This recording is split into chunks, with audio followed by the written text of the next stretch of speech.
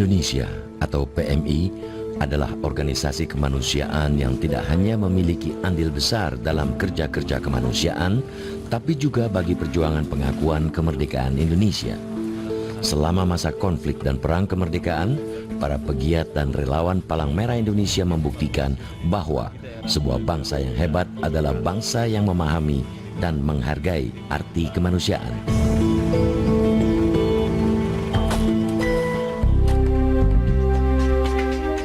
Palang Merah Indonesia atau PMI terbentuk pada 17 September 1945 atau hanya sebulan setelah negara Republik Indonesia berdiri. Meski lahir tak lama setelah berdiri negara Indonesia, sesungguhnya perjuangan untuk mendirikan organisasi Palang Merah Nasional telah dimulai jauh sejak masa penjajahan Hindia Belanda. Meski saat itu di wilayah Nusantara terdapat palang merah bentukan Belanda, yakni Nerkai atau Nederlands Rode Kreuze Afdeling Indi yang dibentuk tahun 1873, namun sejumlah pemuda Indonesia merasa perlu membentuk organisasi Palang Merah kelompok pribumi. Hal itu dikarenakan mereka merasa ada diskriminasi dalam kegiatan pemberian bantuan atau pertolongan yang dilakukan Palang Merah Belanda. Ya, sebelum ada Palang Merah Indonesia, ya terus saya adanya Palang Merah Belanda ya. Banyak para dokter-dokter Indonesia atau saat disebut Bumi Putra itu melihat ketimpangan dalam masalah pelayanan kepada pertolongan kepada orang pribumi dibandingkan dengan kalau yang kena musibah itu orang Belanda. Atas dasar ini, pada tahun 1932, Dr. Bachter Johan dan Dr. R.C.L. Senduk mengajukan proposal kepada pemerintah Hindia Belanda untuk membentuk Palang Merah sendiri. Namun, dengan alasan khawatir akan disalahgunakan kelompok pribumi untuk mendukung pergerakan kebangsaan, akhirnya proposal itu ditolak oleh pemerintah kolonial Belanda.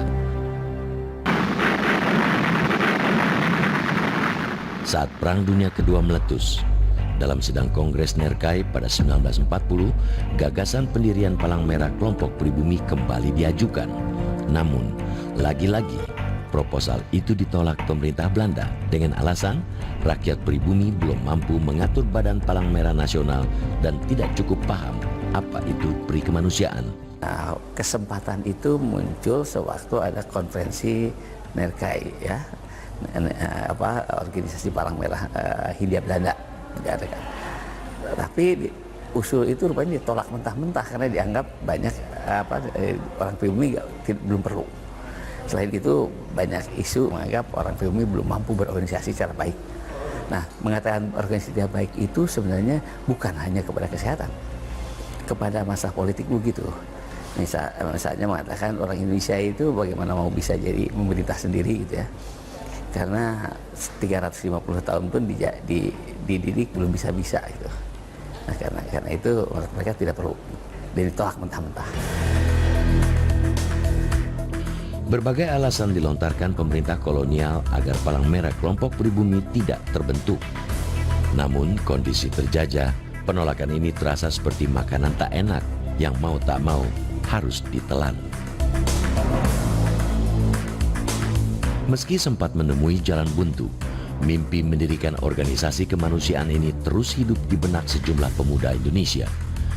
Mimpi yang terbangun bersama harapan akan datangnya kemerdekaan ini tumbuh bersama keyakinan bahwa bangsa yang hebat adalah bangsa yang paham arti kemanusiaan.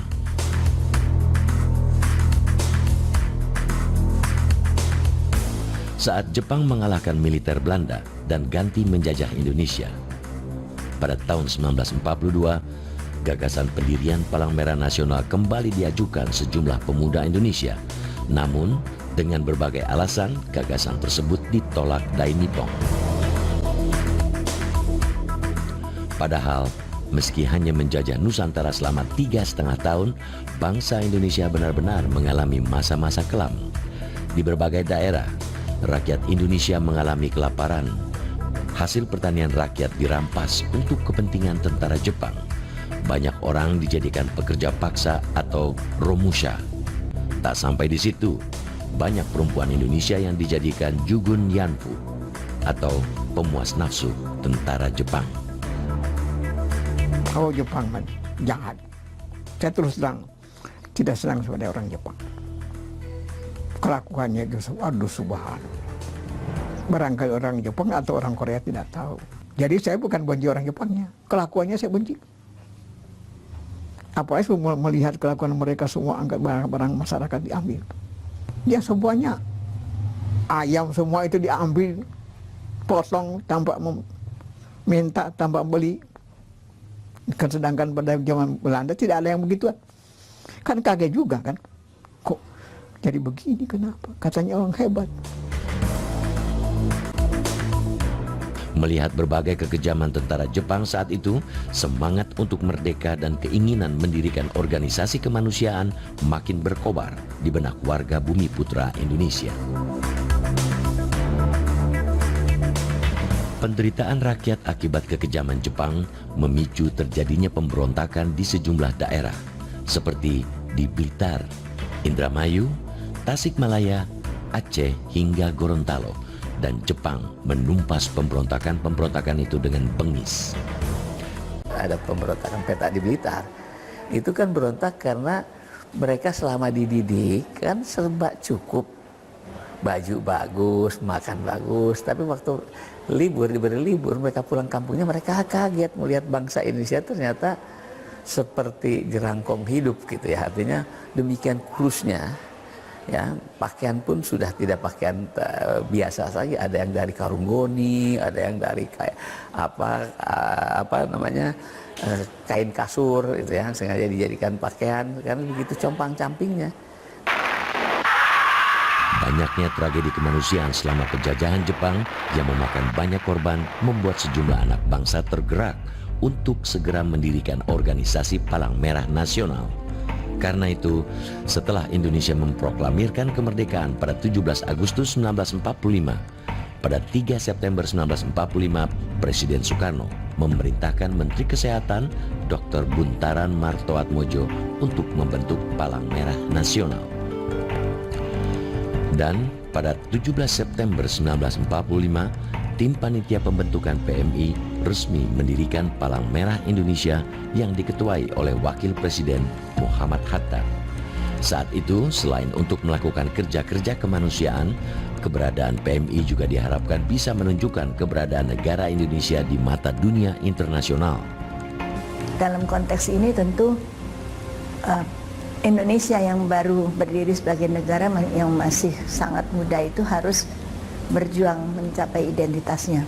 Tentu dilakukan berbagai cara, tapi yang Bung Hatta merasa bahwa Indonesia, pemerintah itu harus mempunyai tanggung jawab pertama kepada bangsanya sendiri. Jadi perangkat untuk mempunyai suatu negara yang utuh, yang terkoneksi dengan dunia luar, itu harus disediakan, dan antara lain itu Palang Merah. Dan di Palang Merah tentu anggotanya adalah negara. Jadi kalau kita, Indonesia, membentuk Palang Merah, kemudian menjadi anggota dari Palang Merah Internasional, maka itu berarti Indonesia diakui sebagai negara. Meski kemerdekaan telah diproklamirkan, pada tahun-tahun awal kemerdekaan, pemerintah dan bangsa Indonesia masih harus berjuang mempertahankan kemerdekaan yang baru direbut dan mendapat pengakuan kemerdekaan dari dunia internasional. Pada masa-masa inilah, PMI ikut terlibat di garda depan dalam memperjuangkan kemanusiaan dan pengakuan kemerdekaan Indonesia, karena tak ada kemanusiaan tanpa kemerdekaan.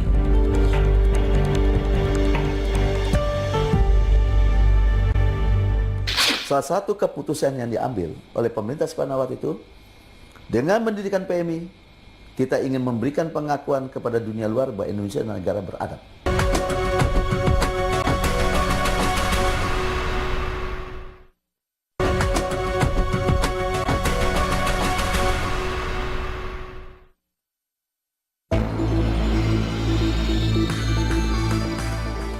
Palang Merah Indonesia didirikan saat negara Republik Indonesia masih sangat muda dan harus menghadapi berbagai konflik dan tekanan untuk mempertahankan keberadaannya. Namun, Meski belum berpengalaman dan menghadapi berbagai kekurangan dana dan peralatan, saat itu para penggiat dan sukarelawan PMI tetap berupaya mengerahkan segala tenaga untuk melaksanakan tugas-tugas kemanusiaan. Saat Perang Kemerdekaan berkecamuk, PMI yang belum mendapat pengakuan dari Badan Palang Merah Dunia atau ICRC tetap mengupayakan berbagai pertolongan, seperti pembentukan dapur umum, pendirian pos pertolongan pertama untuk korban perang, serta pengangkutan dan perawatan korban pertempuran hingga penguburannya jika ada yang meninggal. Nah, Sekutu masuk, kebetulan Palang Merah sudah bekerja untuk membangun pos-pos P3K. Nah, untuk itulah terkenal sekali bahwa pos P3K yang dibangun oleh Palang Merah di setiap daerah itu adalah basis pertempuran.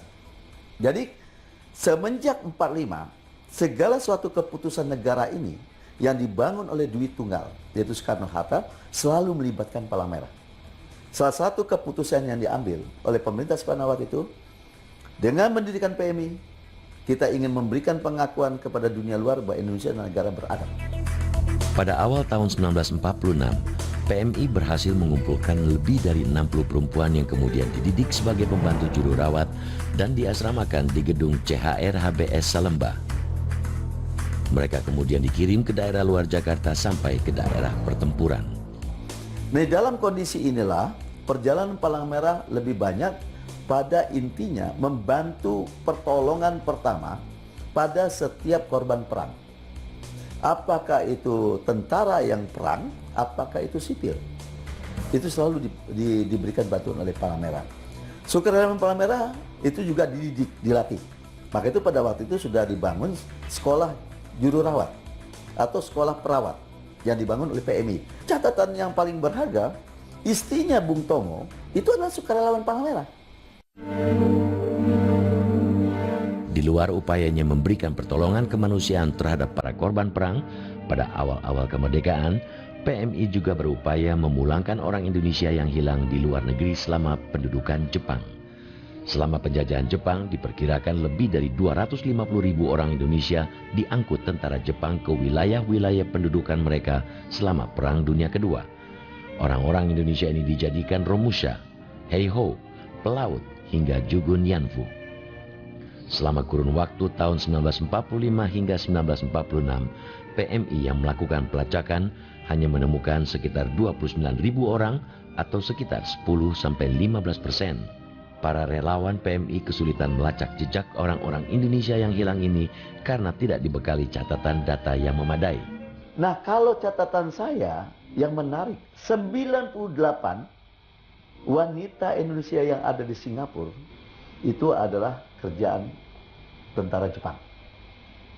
Jadi mereka akhirnya nggak mau kembali ke Indonesia, sampai ada yang mengungkapkan begini. Salah satu dari putri kita, tolong sampaikan, dia sampaikan kepada sukarelawan Palang Merah yang datang ke sana untuk mengecek, sampaikan kepada keluarga kami bahwa kami nggak bisa kembali ke Indonesia karena kami sudah tidak berguna lagi, karena kami sudah dibeginikan, jadi prostitusi dan sebagainya. Selama masa-masa Perang Kemerdekaan, PMI juga memerankan peran penting dalam menyalurkan bantuan dari berbagai negara yang bersimpati dan memberikan bantuan bagi rakyat Indonesia. Proses pendistribusian bantuan ini sempat diwarnai konflik PMI dengan Nerkai. Pemerintah Belanda yang saat itu tengah berupaya menjajah kembali Indonesia sempat menghalangi PMI melakukan aktivitas kemanusiaan. Di mata Belanda, pengakuan negara-negara lain terhadap PMI juga berarti pengakuan terhadap negara Indonesia. Pihak militer Belanda tidak ingin PMI diakui. Mereka bersikeras agar hanya Nerkai yang diakui sebagai satu-satunya gerakan Palang Merah yang sah di Indonesia. Karena konflik ini, sejumlah negara dan lembaga kemanusiaan internasional yang hendak memberikan bantuan kemanusiaan untuk rakyat Indonesia memilih membagi bantuan menjadi dua. Sebagian untuk PMI, sebagian untuk Nerkai. Meski demikian, sejumlah negara di Asia seperti India, Mesir, dan Malaya langsung memberikan bantuan kepada PMI. Akhirnya, berkat perannya yang mengesankan selama masa Perang Kemerdekaan ini, PMI akhirnya diakui oleh dunia dan diterima sebagai anggota Liga Palang Merah Internasional pada 16 Oktober 1950.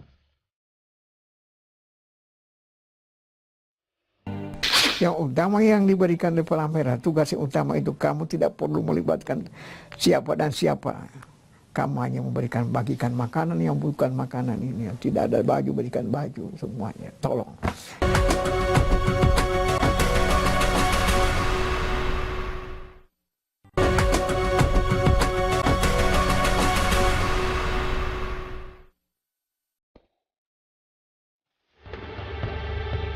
Setelah pengakuan kedaulatan negara Republik Indonesia oleh Belanda pada tahun 1949, kondisi politik dan keamanan di Indonesia masih dihadapkan dengan beragam kegaduhan politik dan konflik. Di tengah pemberlakuan demokrasi liberal, sejumlah insiden gangguan keamanan baik yang dipicu pemberontakan maupun gerakan separatis terjadi di sejumlah daerah. Salah satu pemberontakan berskala luas dan berlangsung cukup lama adalah pemberontakan Darul Islam, Tentara Islam Indonesia atau DITII, pimpinan Kartosuwiryo. Pemberontakan ini dipicu ketidakpuasan terhadap hasil perjanjian Renville 17 Januari 1948 yang memerintahkan tentara TNI keluar dari Jawa Barat. Hasil perjanjian yang menunjukkan ketidakrelaan Belanda melepas daerah-daerah perkebunan yang mereka kuasai selama masa penjajahan ini memicu konflik antara pemerintah Indonesia yang terikat pada hasil perjanjian Renville dengan sejumlah tentara dan rakyat Jawa Barat. Selama terjadi pemberontakan DITII ini, gangguan keamanan terjadi di banyak wilayah di Jawa Barat. Selain menyerang sejumlah perusahaan pertanian dan perkebunan negara, anggota gerombolan pemberontak juga tak segan-segan menyerang rakyat Jawa Barat yang dianggap tidak sejalan. Ribuan rumah dibakar dan ratusan orang tewas akibat konflik ini. Di tengah konflik yang melibatkan sesama anak bangsa ini, para relawan Palang Merah Indonesia tetap terjun menolong para korban tanpa memandang latar belakang mereka. Pada saat itu, pembakaran kampung-kampung, dari kampung ke kampung itu yang dibuat oleh masyarakat yang memang tidak senang pada senang, saling membakar rumahnya masing-masing. Nggak tahu saya tujuan mereka. Kita perlu memberi makanan siapa saja yang membutuhkan makanan. Itu tugas yang utama yang diberikan oleh Palang Merah. Tugas yang utama itu kamu tidak perlu melibatkan siapa dan siapa. Kamu hanya memberikan, bagikan makanan yang bukan makanan ini. Yang tidak ada baju, berikan baju semuanya. Tolong. Saat membantu korban penyerangan di Bandung, Usman Denazibu, yang merupakan pendiri Korps Sukarelawan PMI, mengaku mendapat pengalaman kemanusiaan yang terus membuatnya terharu hingga kini. Saat itu, Usman nekat berbohong agar keluarga korban tidak sedih saat mendengar kabar duka bahwa kerabatnya telah meninggal. Yang menjadi kenapa saya lebih memperdalam pertolongan ini, keluarga mereka yang terbunuh atau yang luka, kemudian sudah meninggal, kemudian orang tuanya, Pak, tolong Bapak, anak saya tolong. Siapa yang tidak sedih mendengar kata itu? Dan apa saya katakan? Putra ibu sehat, tidak ada apa-apa. Saya berdosa. Tapi daripada saya nanti tumpukan mereka dan saya kata, putra Bapak sudah meninggal. Bagaimana kasarnya kalimat itu? Barangkali tidak bagus.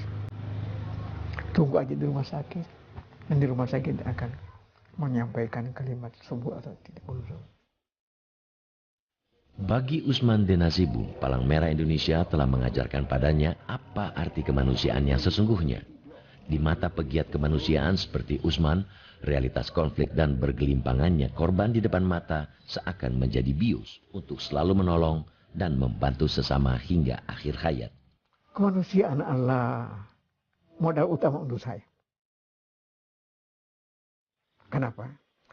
Saya menyurahkan tenaga yang tidak ternilai harganya. Dengan sepintas, apa-apaan orang sudah mati, coba biarkan. Tapi dengan keriduan kita, dengan rela kita, kasihan manusia. Siapa yang menolong, siapa yang kita. Ayo. Yang diberikan pada kita. Yang diberikan oleh Palang Merah. Kamu jangan membela-bela siapa dia. Alhamdulillah. Memang tenaga capek, tapi gembira ada. Kini, 70 tahun setelah keberadaannya, para pegiat dan relawan PMI tetap mengupayakan pertolongan dan misi kemanusiaan di mana saja dan kapan saja, baik saat terjadi konflik, bencana alam, maupun pada masa-masa damai saat orang-orang malang tak pernah berhenti bermunculan dan membutuhkan uluran pertolongan.